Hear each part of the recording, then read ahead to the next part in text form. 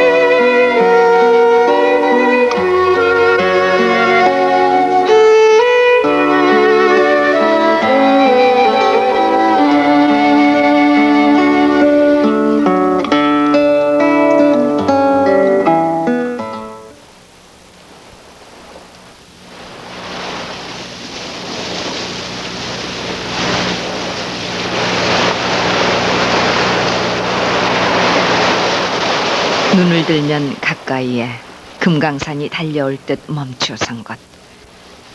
그러나 금강산을 이에 두고 이곳 남한 땅 고성은 금강산과 만나지 못한다.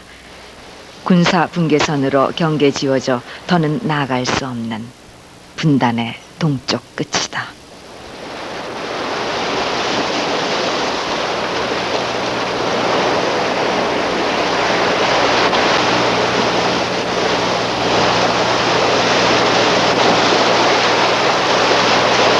해안을 끼고 북으로 명사십리 들뜬 나들이를 나서던 동해 북부선 철길도 세월 저편에 묻혀버렸다.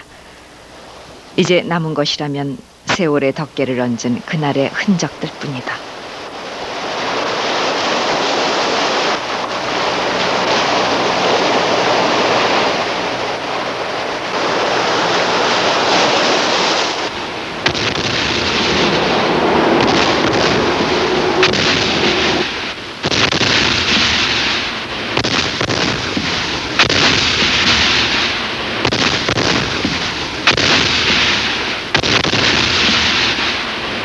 그날 38선엔 비가 내리고 있었다. 그리고 차마 그것이 반도를 뒤흔들 전면전쟁이 되리라고는 누구도 예상치 못하고 있었다.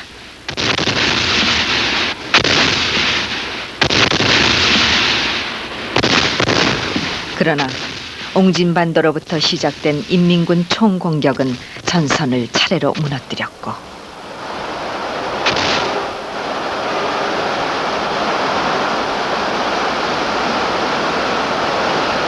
이곳 동부전선 한적한 산골 마을에 불과하던 명파리에도 강력한 화력의 소련제 탱크는 밀려들었다.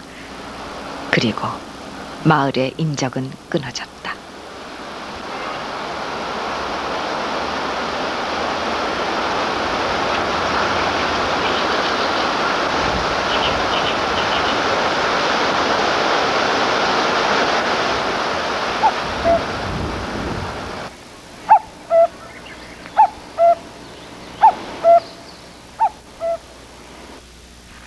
인민군 탱크가 서부전선을 넘어 의정부를 눈앞에 둔 때에도 서울 시민들은 크게 동요하지 않았다.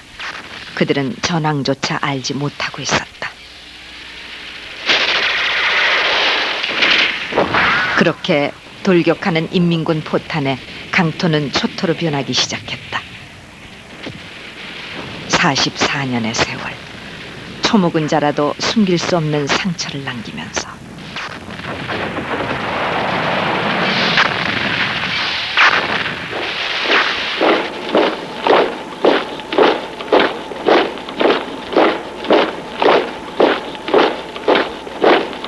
탱크 한 대 갖지 못한 국군은 훈련 상태마저 취약한 상태였다.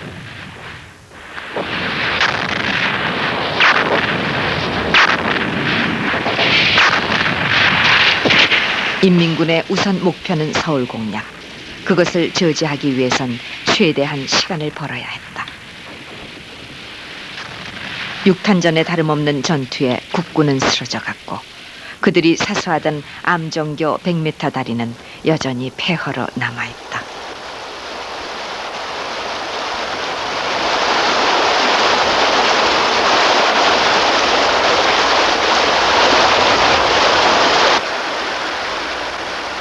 그때 전선을 사수하기 위해 끊어놓은 다리에는 임시로 세 다리가 놓였다.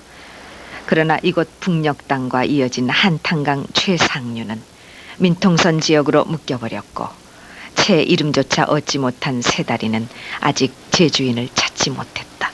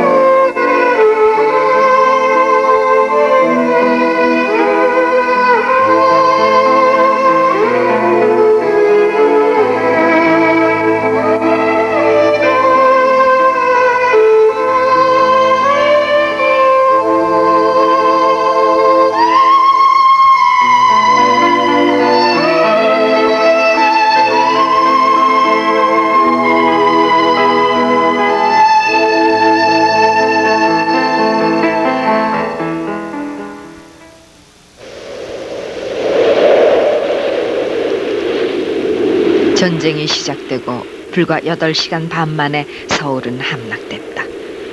서울에서 대전으로, 대전에서 다시 대구로 전선은 빠르게 남하했다. 최후의 방어선은 낙동강이었다.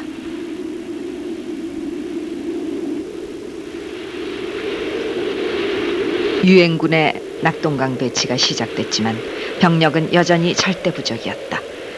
막다른 위기 상황에서 미군 철수설까지 나들었다. 그러나 부산만은 빼앗길 수 없는 마지막 교두보였다.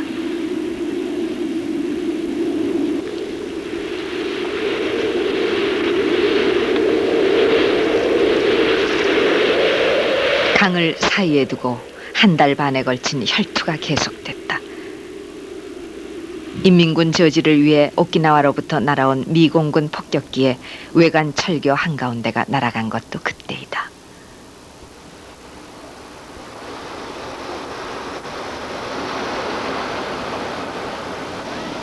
다리는 보수되어 인도교로 쓰이고 있지만 파괴된 교각 위 아치는 지금도 빈자리로 남아있다.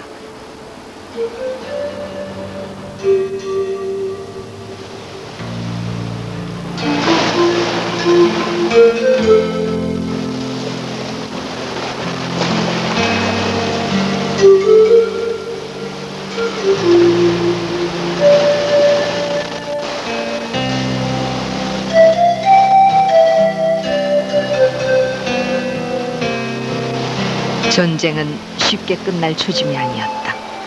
준비되지 않은 전쟁이지만 다시금 총력을 모아야 했다. 전열을 가다듬은 곳은 인민군 공격으로부터 가장 먼 곳 제주도였다.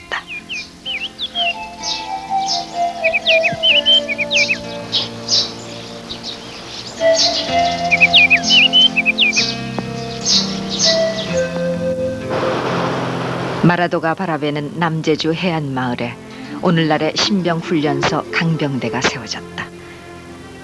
지금 그 터엔 강병대를 지키던 정문 돌기둥만이 남았지만 낙동강 전선이 뜨겁던 50년 8월부터 이곳 연병장을 메운 훈련병들은 하루 최고 8만 명.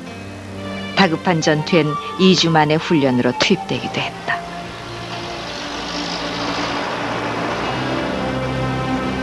강병대터의 역사는 훨씬 전으로 거슬러 올라간다. 민족 비극의 씨를 뿌린 일본 제국주의가 태평양 전쟁을 위해 비행기 경납고를 쓰던 곳. 낮고 단단하게 지은 경납고는 깨어지지 않았고 그 터는 한국전쟁의 와중에서 군사훈련장으로 지금에 이르러선 조촐한 감자밭으로 바뀌어 있다.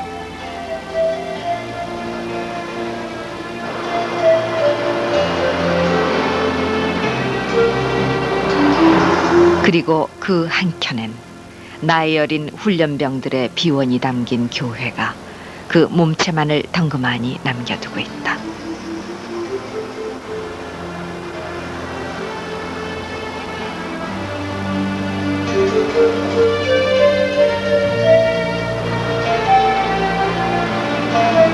그때 예배당 안을 가득 메웠을 그들 훈련병들의 비원은 어떤 것이었을까?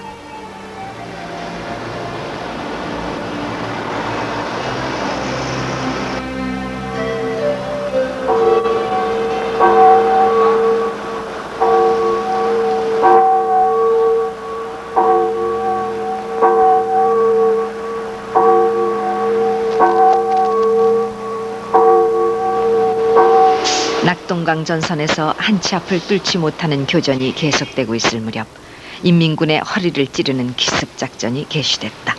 인천 상륙작전이었다. 그러나 다시 서울을 탈환하기까진 시간이 필요했다.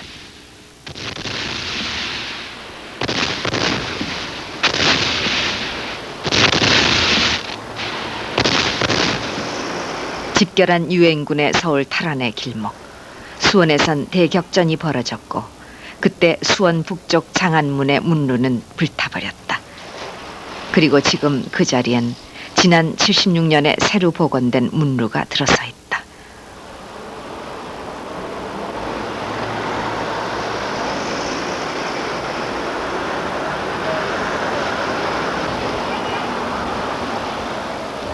인천에 상륙한 미군이 서울로 입성하기까지는 다시 13일이 소요됐다. 인민군이 수원성을 무혈 점령한 것에 비한다면 실로 긴 전투였다.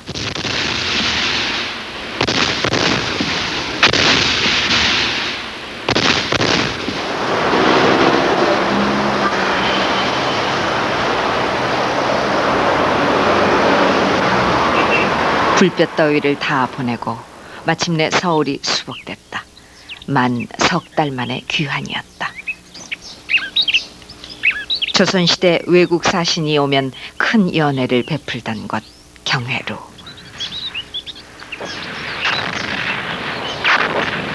이곳 연못 한가운데 돌기둥마다에도 그때 서울을 놓치지 않으려는 인민군들의 완강한 저항이 들어있다. 임진왜란에 불타고 고종 때 재건되었던 것이 다시 한국전쟁을 겪은 끝에 포탄 자욱이 메워져 오늘 우리 앞에 그 순환의 형상을 드러내고 있다.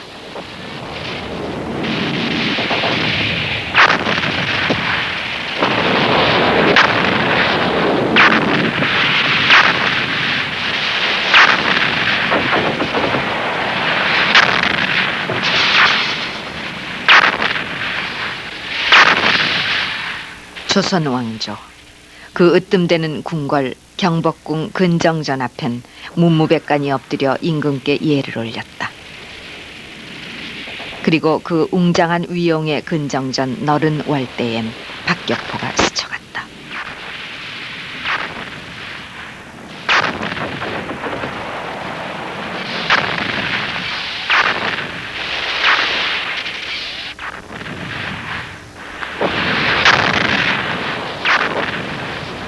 사정전에서는 국사가 논의됐다. 옥자는 사정전 한가운데 놓여졌고 신하들은 매일을 빠짐없이 사정전에 모였다.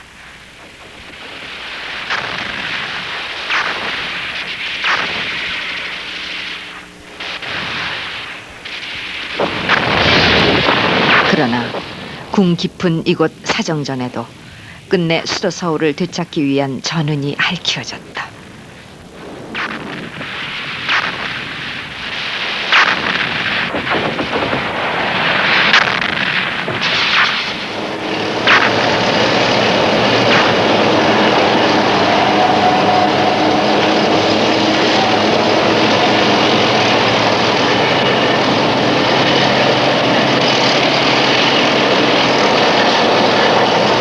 서울 탈환의 여세를 유엔군은 북진했다. 38선을 넘어 압록강을 향해 치달았다.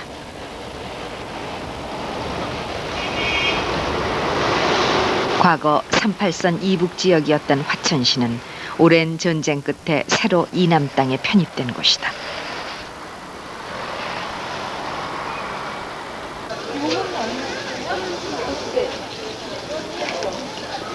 화천 사람들에게 전쟁은 전혀 다른 세상을 열어놓았고 과거 화천읍을 거머쥐었던 노동당사는 이제 시장 한편 소박한 주택으로 변해 있다.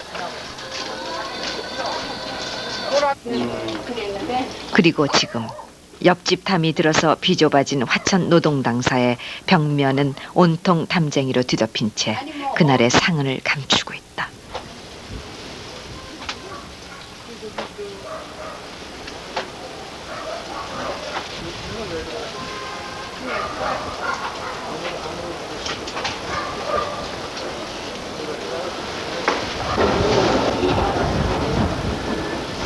그러나 잘 자란 담쟁이 덩쿨로도 숨길 수 없는 것이 전쟁이 남긴 잔해다.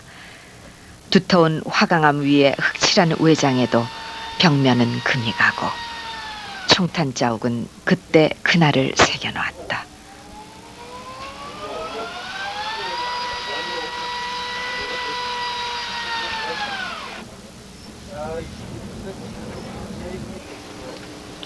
전쟁이 끝나고 오랜 뒤 건물의 새 주인이 된 후에도 김영숙 할머니에겐 그것이 하나뿐인 아들에게조차 들춰내기 꺼려지는 기억 밖의 일이다.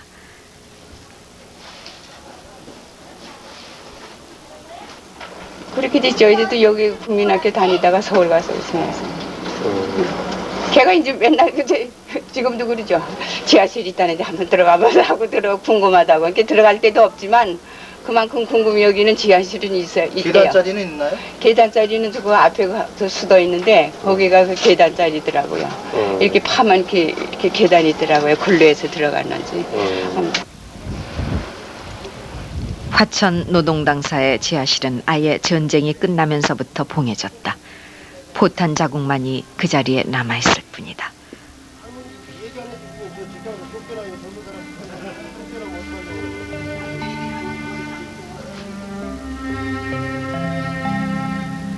화천 노동당사에서 차로 30분 거리엔 두 동의 인민군 사단 사령부가 있다. 지금은 국군 복지단 소속이 되어 있는 곳.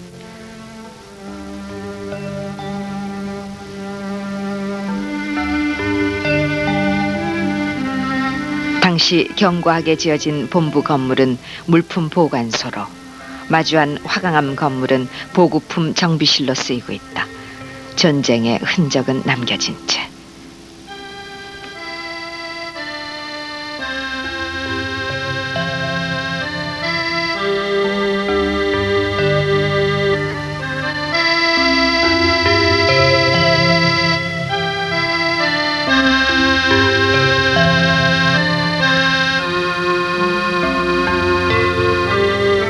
북진을 거듭하던 유엔군이 한중 국경선을 향해 총공세를 펴고 있을 때 새로운 전쟁이 시작됐다.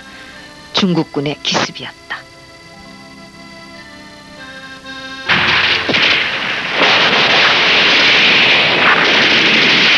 전쟁은 다시 혼전에 빠져들었고 60만 중국군의 인해 전술을 막기 위해서 원자탄 사용까지 고려되고 있었다. 3차 대전으로 비화될 위기감마저 감돌던 때이다.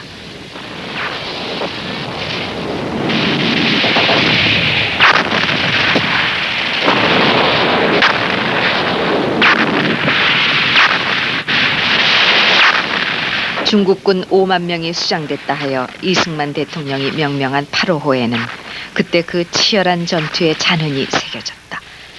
8.5호의 취수탑에서도 화천댐 대붕제에서도 멈추지 않은 혈전이었다.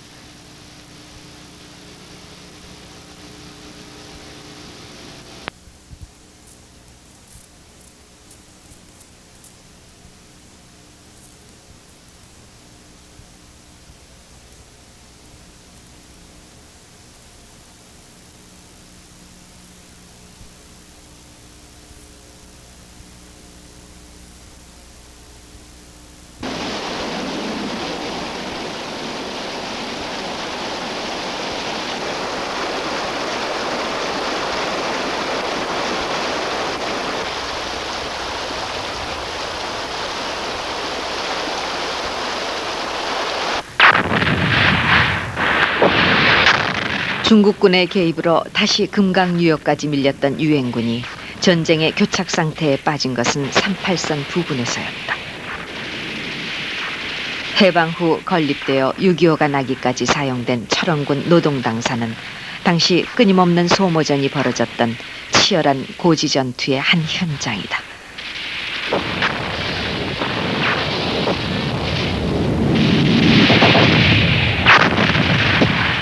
전쟁 발발 1년 만에 휴전회담이 시작됐지만 전선에선 고지전투가 가열됐다. 철원군 노동당사도 수차례 주인이 바뀌었고 벽면엔 당시 미군들이 남긴 낙서가 아직 그대로이다.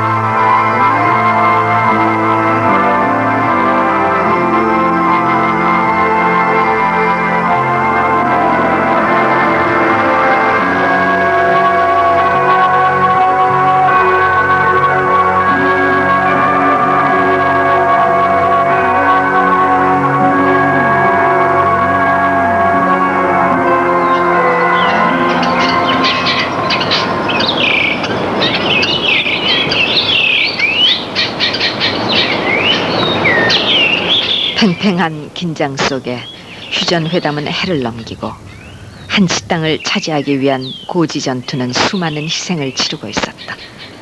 이제 모두가 갈망하는 것은 평화였다. 그러나 휴전회담이 결실을 맺기에는 걸림돌이 있었다. 당시 이승만 대통령은 휴전을 용납하지 않았다. 휴전은 또 다른 전쟁을 낳을 것이며 북진 통일만이 완전한 평화를 보장한다는 것이었다.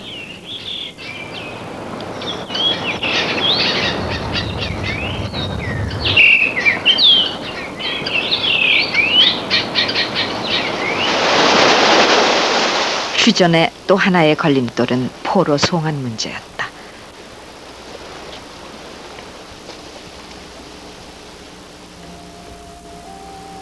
(50년 11월) 이곳 거제도 신현읍엔 360만 명의 대규모 포로 수용소가 지어졌다. 휴전회담이 시작될 무렵 수용된 포로는 약 14만 명. 그러나 이 가운데 절반이 본국 송환을 거부하고 나섰다. 포로 송환은 각자의 자유의사에 맡겨야 한다는 유엔 측 입장에 북한 측은 모든 포로의 송환을 원칙으로 맞섰다.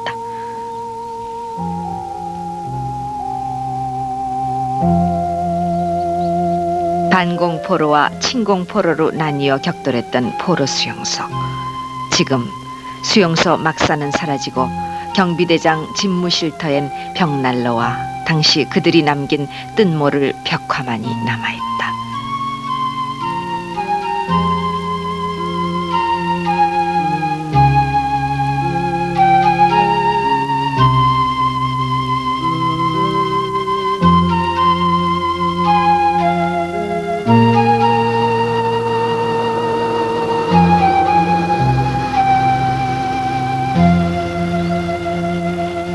부서지지 않고 남은 수용소 밑둥엔 새로 건물이 올려져 있다.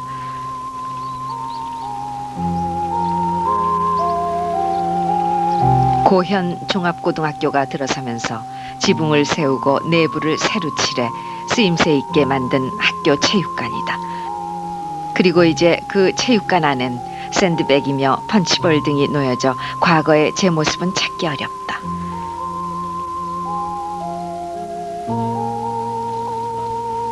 지금의 거제도 인구 15만, 당시의 주민 10만이었다. 하지만 전쟁이 보탠 인민군과 중국군 포로는 17만에 이르렀고 피난민 또한 13만이 몰려들어 한적하던 섬마을은 당시 인구 40만의 큰 살림을 살아야 했다. 휴전과 함께 포로 수용소는 문을 닫았고 지금은 당시 가장 튼튼하게 지어졌다는 보급 창고만이 그 높은 담벽을 세워두고 있다.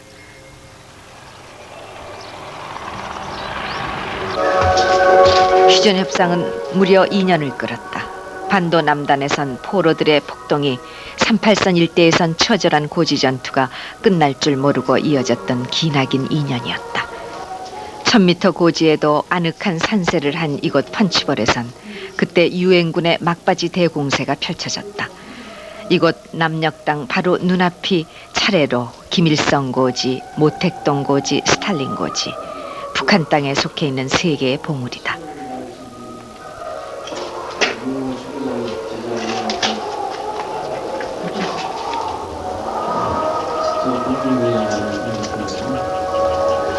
(155마일) 휴전선 가운데서도 남과 북이 가장 가까이 마주대하고 있는 지역인 까닭에 이곳 비무장지대에선 금방 한달음에라도 분단을 뛰어넘을 듯 북은 바로 거기에 있다.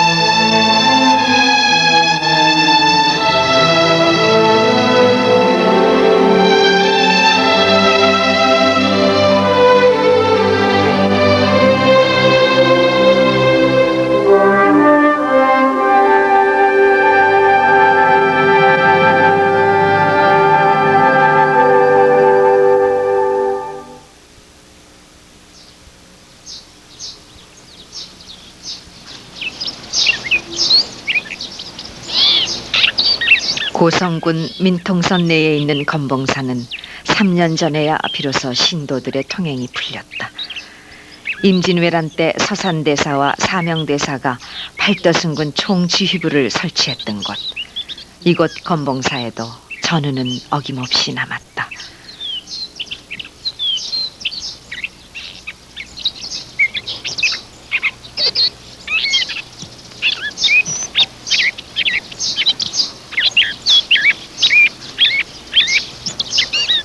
호국불교의 본산이라 일컬어지던 검봉사 대웅전은 전쟁에 불타버렸고 그 빈터 옆에 중건된 팔상전이 지금은 그 몫을 대신하고 있다.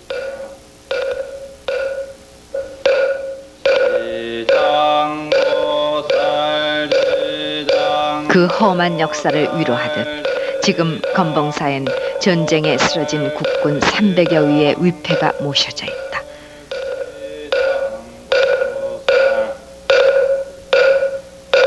살아남은 이들의 기억은 그들에 대한 마지막 위안이 될까?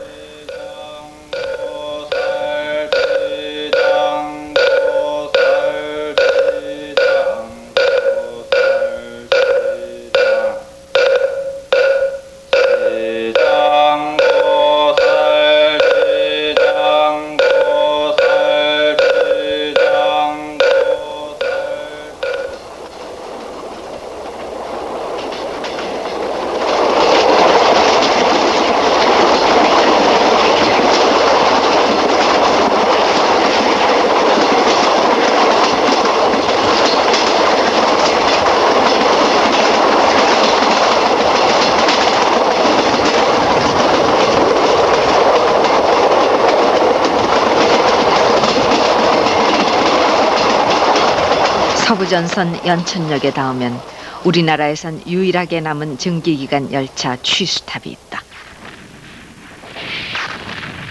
열차에 물을 대던 20m 취수탑엔 휴전협정의 조인을 눈앞에 두고 중국군의 마지막 대공세를 막아낸 참혹한 전운이 담겨 있다.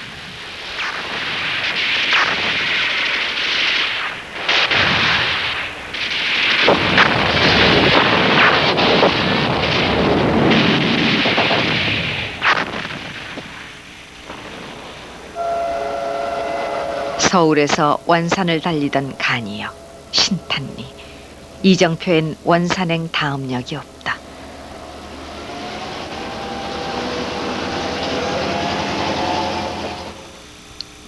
여기가 지금 더 이상은 달릴 수 없는 경원선의 종점, 철도 중단점이다.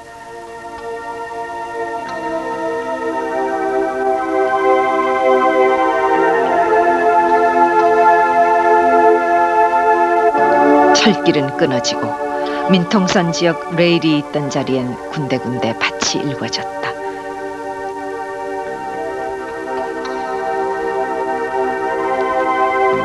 민통선 내 한탄강 상류, 그 빼어난 비경 위론 금강산 철교가 지난다. 철도 중단점 신탄리에서 북동쪽으로 치닫던 길, 금강산까지 90km 거리에 과거에도 4시간 반이면 내금강까지 달리던 길이다.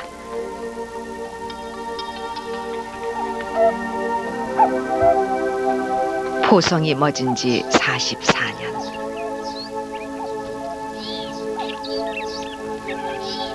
비무장지대엔 아직 그 오랜 긴장이 녹여지지 않았다.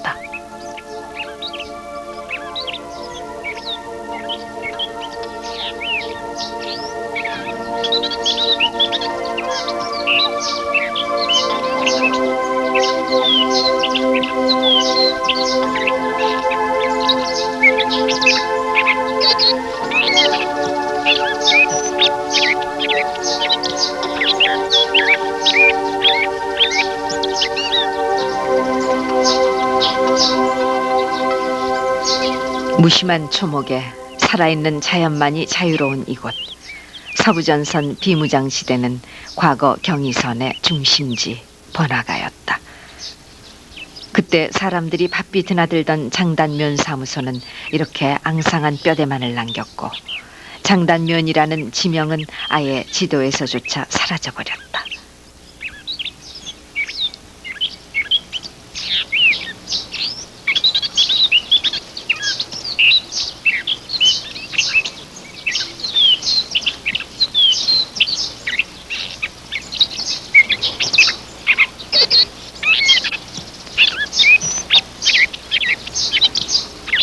장단면 사무소를 끼고 달리던 신의주행 열차는 이제 초연히 더 이상은 견딜 수 없는 세월의 풍상 앞에 멈춰서 있다.